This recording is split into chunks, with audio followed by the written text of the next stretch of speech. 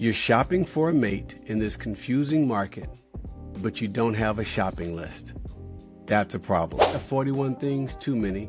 If you have 6, 7, 6, 7, 6, 7, still too many. There's only 4 things that you need in a mate, and I'm going to reveal them now.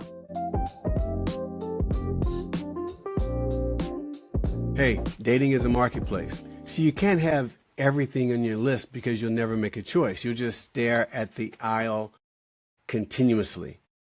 That's not how brands work. Every category has a list of decision drivers for that category. What if we had the 4 things that we really needed to look for in a mate?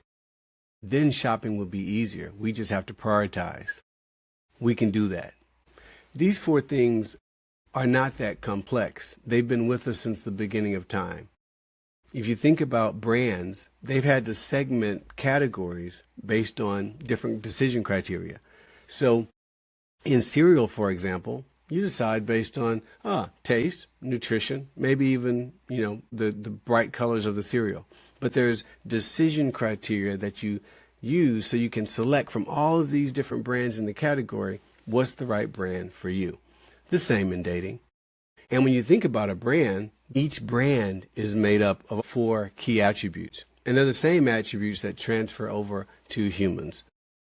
If you think about the iPhone, for example, the iPhone has a physical design that's beautiful. We fall in love with it. That physical design in humans, it's the body. It's what you see. The iPhone is also packed with great software that actually is super smart. Well, for humans, that's the mind, the ability to create, the ability to think.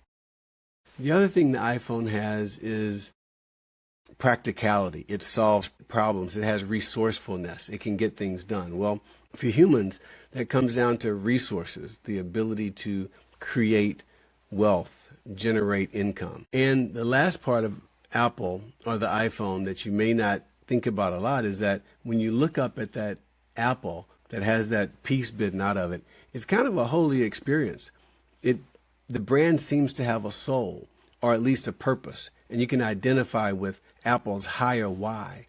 What does the Apple company buy into? The iPhone belongs to some source, if you will. For us, that's our soul. So mind, body, soul, and resources. These are the same questions that if someone tried to set you up on a blind date, you would say, how do they look? Body. What do they like to do? Are they smart? What school do they go to? Mind.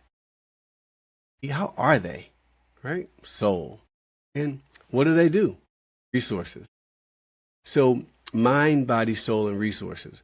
So brands take all of these 4 elements and it becomes their value prop. They call it a value proposition. For us on the dating market, we have what I call a DVP, our dating value proposition. It has those 4 things in it: mind, body, soul, and resources. And an easy way to think about those is that soul is at the top. We're looking up at our source. Resources are what we have. It's tangible. It's on the bottom. The mind is on the left. It's more passive. And the body is on the right because it's more active. So you have this constant tension between mind and body and soul and resources. And here's how that tension plays out.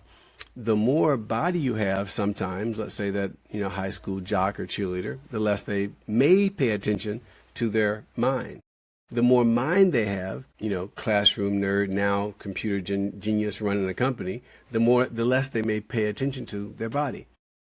The more resources that you have, there's a quote in the Bible that says it's easier to fit a camel through the eye of a needle than for a rich person to get into the gates of heaven, because there's this tension between the more money you have, the less you think about, what's going to happen after this world, because this world is so lovely.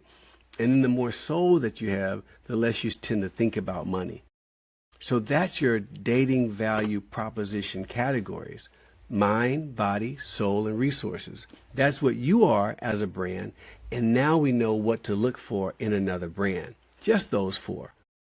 Now, if you go around looking for everything and your list is so long, you're going to end up with nothing, because you're not everything. You can't look for everything. You have to look for someone that's compatible. And everything that's on your list, trust me, it'll fit into one of these categories.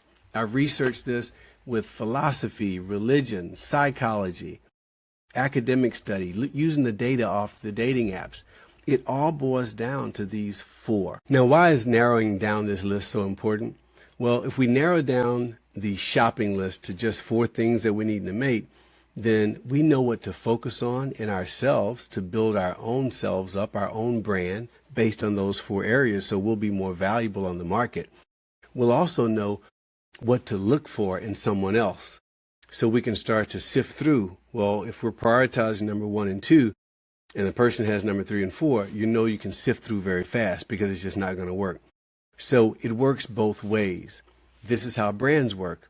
Brands have value propositions, things that they bring to the table, benefits that they offer, like Tide is clean clothes, Gain is around smell, right? Some Clorox may be about bleach. So you have to figure out what are the things that you stand for within mind, body, soul, and resources. One of them will be your X factor.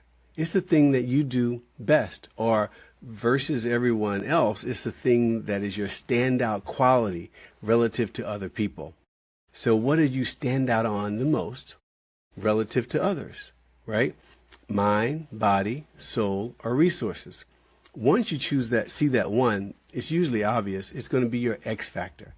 And you know it. That's what you probably lead with when you have conversations, and what gives you your confidence when it comes to relationships. That's your X factor. Now, there's something else that I call your Y factor. And that is the second factor that's kind of the runner-up. So if your X factor is that which your strongest suit, your Y is not so bad. It's something that as you work on that, that's a strong runner-up, or maybe even in some cases a tie with number 1. The reason that you need to know these two is that's what your benefit is going to be about. People that want that X factor, those people are going to give you a stronger rating in the market than people that don't value that X factor. Just like your Y factor. People that value that Y factor will give you a stronger rating. And if somebody happens to have the exact same order and priority of your X and your Y, they're really going to be into you, right? So when you have this framework, it helps you to build your brand proposition, dating value proposition, DVP, and it helps you look for other people's DVP, or dating value proposition. The DVP is what you're always working on. You want to create a continuous flywheel of growth in your mind, body, soul, and resources. Asking yourself every year, at a minimum, what am I going to do this year to improve my mind, body, soul, and resources? As you're asking yourself that question, understand that there's somebody on the market that may be looking for you.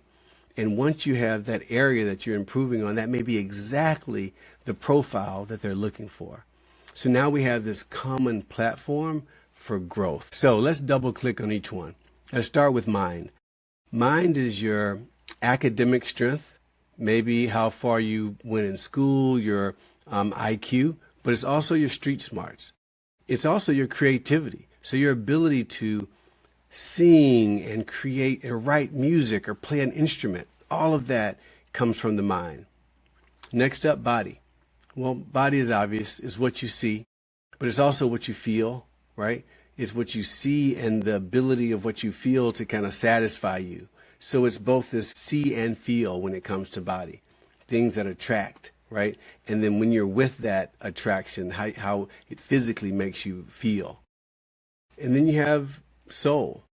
Soul is hard to define, but it really comes down, as I researched all of the spiritual teachings and psychological teachings, they really have one thing in common when it comes to soul, and that's selflessness.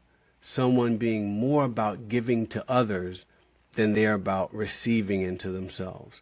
They're connected to a higher source. They have a sense of respect and responsibility for themselves that's tied to something greater than themselves.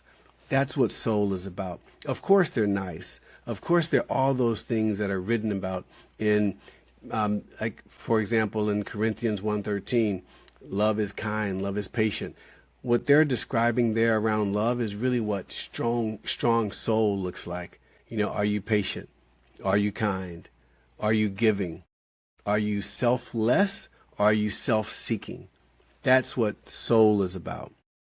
And then resources, the practical one. A lot of people don't talk about resources in a lot of songs. They say, I want you mind, body, and soul. I love you mind, body, and soul. But in this day and time, we have to talk about resources. Resources is a combination of what a person has, so their assets that they have. You can call it net worth. And it's also their income, so ability to continually make more when it comes to resources. And also what they spend. So if they're spending more than what they make, the net isn't a net gain. So resources is both what you have, what you're making, and then what you're also spending out. So resources are going to be more important in the newest generation than ever because the gender roles have flipped. Women are able to make their own resource mark in the marketplace and have for themselves. That wasn't the case, 100 years ago or less even. And so that now has created this two-family income dynamic in a lot of households. And as a matter of fact, the gender roles are reversing where more women are graduating college and starting to out-earn men. And in this generation, prices have gone up. What you can afford has gone up. As Professor Scott Galloway says, this is going to be the first generation that's going to be less well off when it comes to being able to acquire certain things than the previous generation. And that's the first time that's happened in all of the generations in the U.S. history and probably in the world. So resources have become more important than ever. That's a double click on each one. And now you know, mind, body, soul, and resources are the four attributes that you want in a mate, that everyone wants in a mate. The harder part is knowing that you're not going to get a 10 out of 10 in all four of those areas. You're going to have to be choiceful. You're going to have to probably choose what's your number one area that you're solving for. What's the person's X factor? You're going to have to choose what is the X factor that you're solving for in someone else, and what's the Y factor, the runner-up. You're going to have to make some choices, but for now, just focus on understanding those four areas. It's going to change the way that you see people. When you look at potential mates, you're going to look at them through this four attribute lens, and it's just going to help you be a lot sharper and a lot better shopper. And if you want to hear more, check out the video that's coming up next with more frameworks.